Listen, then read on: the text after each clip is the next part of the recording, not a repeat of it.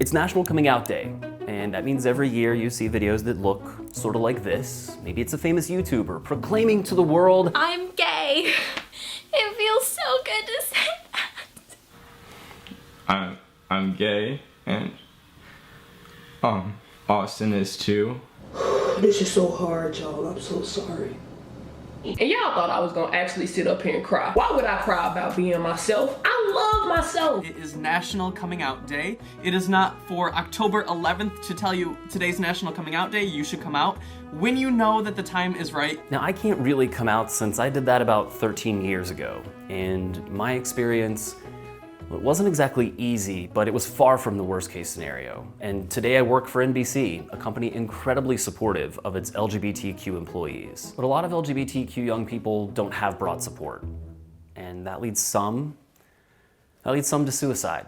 In fact, LGBTQ youth in America are 4 times more likely than their peers to consider or to actually attempt killing themselves. The bullying, cyberbullying, it's got to stop. I mean, it's an epidemic now. That's the mother of Channing Smith, just 16, who killed himself after being outed by a classmate on social media. He felt just absolutely humiliated. That was just 3 weeks ago. But similar situations can still unfold when a young person chooses to come out, like with 9-year-old Jamel Miles. My daughter told me he came home and told her kids at school were telling him to kill himself.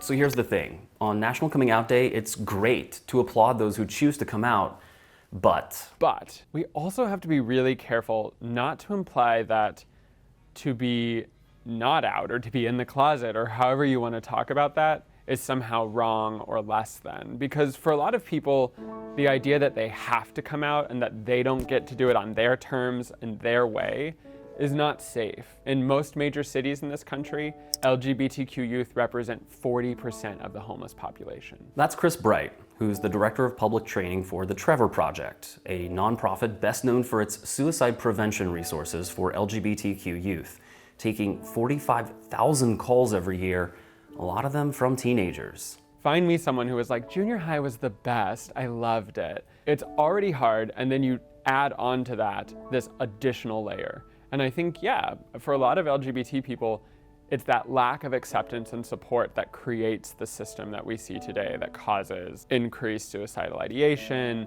increased feelings of hopelessness or isolation, because the world isn't accepting you the way that you deserve to be accepted and respected. And any statistic that you look at around LGBTQ young people and suicide is, well, it's just heartbreaking, including the recent discovery that the overall youth suicide rate in the US is at a 20-year high, and it's now the second leading cause of death for young people.